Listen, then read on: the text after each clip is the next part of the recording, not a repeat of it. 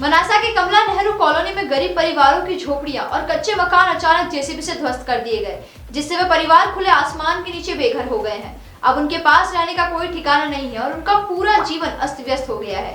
गरीब परिवारों ने जिला कलेक्टर को ज्ञापन सौंपकर तत्काल पुनर्वास और पट्टे प्रदान करने की मांग की है। कमला नेहरू कॉलोनी मनासा के झुग्गी झोपड़ी बस्ती में रहने वाले गरीब परिवारों ने नगर परिषद मनासा पर आरोप लगाया है कि उनके घरों को बिना किसी पूर्व सूचना के ध्वस्त कर उन्हें खुले आसमान के नीचे छोड़ दिया गया। इस बाबत मध्य प्रदेश कांग्रेस कमेटी के प्रदेश सचिव मुन्नी रावत ने जिला कलेक्टर नीमच को ज्ञापन सौंपते हुए पुनर्वास और पट्टे प्रदान करने की मांग की है। ज्ञापन में बताया गया कि 19 फरवरी को नगर परिषद के कर्मचारी जेसीबी लेकर आए और पूर्व लिखित या मौखिक सूचना दिए बिना कॉलोनी की झोपड़ियां और कच्चे मकान जमींदोज कर दिए। इससे प्रभावित परिवार अब खुले में रहने को मजबूर है और उनका सामान भी निकालने नहीं दिया गया। स्थानीय लोगों ने आरोप लगाया कि लंबे समय से वार्ड प्रभारी और नगर परिषद के कुछ कर्मचारियों द्वारा अवैध वसूली की जाती रही, बावजूद इसके उन्हें पट्टा प्रदान नहीं किए गए। ज्ञापन में जिला कलेक्टर से निवेदन किया गया है कि मौके पर जाकर परिवारों को उनके पूर्व स्थान पर पुनर्वास प्रदान किया जाए और दोषी अधिकारियों एवं कर्मचारियों के खिलाफ वैधानिक कार्रवाई की जाए। हम सब मनासा से आए हैं, मनासा के निवासी हैं और हमारे झोपड़े बना के हम वहाँ रह रहे थे झोपड़पट्टी में।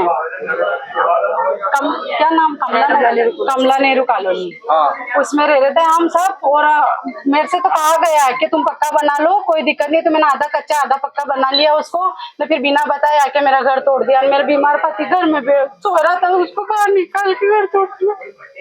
पुलिस वालों ने हाथ पकड़ बाहर निकाल दिया। आप कितने समय से वहाँ रह रहे थे? कब से रह रही थी? मैं तो झोपड़ा बना के रह रही थी। तो अब बच्ची बड़ी हो गई है मेरी, तो मैंने कहा कहाँ रहेगी, कहाँ धोएगी, कहाँ रहेगी। तो मैंने कहा इसके लिए जमाने का भरोसा नहीं, थोड़ा सा बना लिया। मैंने क्या गलती करी थी? मैंने 5-6 लाख का नुकसान। कितने लोगों के घर तोड़े गए हैं? आसपास सबके तोड़ दिए। क्या चाहते हैं आप लोग? हमको तो न्याय चाहिए। हमारे तो जहाँ रहेगा वहीं पे बना के वापस दे देना, हमें पट्टा दे दे। आप इस बारे में वहाँ के विधायक या नगर पालिका अध्यक्ष वगैरह से मिले? विधायक ने सुनी नहीं, फोन ही नहीं उठाया। हमारे फोन लगा उठाए नहीं उन्होंने। हमने एक तो फोन लगा, उन्होंने नहीं उठाया हमारा फोन। पास में एक प्लाट बने हुए हैं, तो वो उसके कारण हमको हटाया जा रहा है, कॉलोनी के कारण।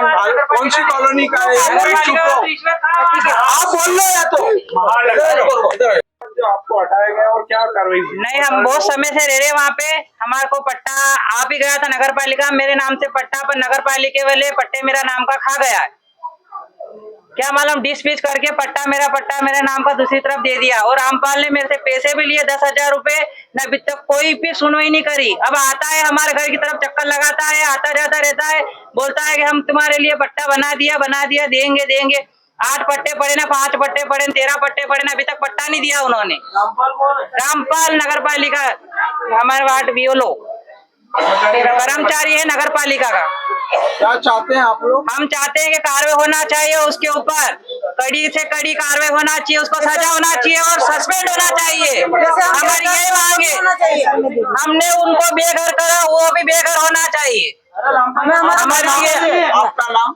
माया उर्फ विनोद में मनासा कमला नेहरू कॉलोनी के नीचे झुग्गी बस्ती है। उसमें बिना नोटिस दिया, बिना अनुमति किसी गरीब को पता नहीं था और एकदम पुलिस प्रशासन वगैरह सब आए ने अचानक सभी गरीबों का मकान तोड़ दिया। किसी के कच्चे थे तो किसी के पक्के थे, किसी में उसमें कोई बीमार सो रहे थे, किसी के राशन पड़े थे, मजदूरी करने गए थे तो सारा खाने पीने का राशन भी गिरा दिए। और सारे जो बुजुर्ग बीमार पड़े थे उनको 4-5 हरिजन को लगा के उसको बाहर फेंकवा दिए। तो किसी एक माता का तो ऑपरेशन करवा रखा तो उसको भी तोड़ के फेंकवा दिया। मतलब इस तरह के लोगों के साथ करी उन्होंने। कितने लोग प्रभावित हुए होंगे लगभग अंदाज तो कुछ होगा? कितने मतलब 20-25 झोपड़े तोड़े और उन्होंने उनकी मतलब दादागिरी के बल पे तोड़े। ये ना किसी को सूचना भी नहीं दी, किसी को एक दूसरे के फोन लगाने से जनता आई, मतलब जैसे कि कोई अटैक करे, गुंडागर्दी के माहौल से काम किया। अभी तो सोमवार के दिन फिर और फिर जो आक्रमण की तरह काम किया है और किसी को पता नहीं चला। और 2 महीने पहले इनको नोटिस जारी किया था, उसका जवाब दे दिया कि हम खाली नहीं करेंगे, हम कहाँ जाएंगे। इन्होंने जवाब दे दिया था। और इन लोगों के पास कोई 20-20 वर्ष से रह रहे हैं, इनके पास कोई जमीन नहीं है।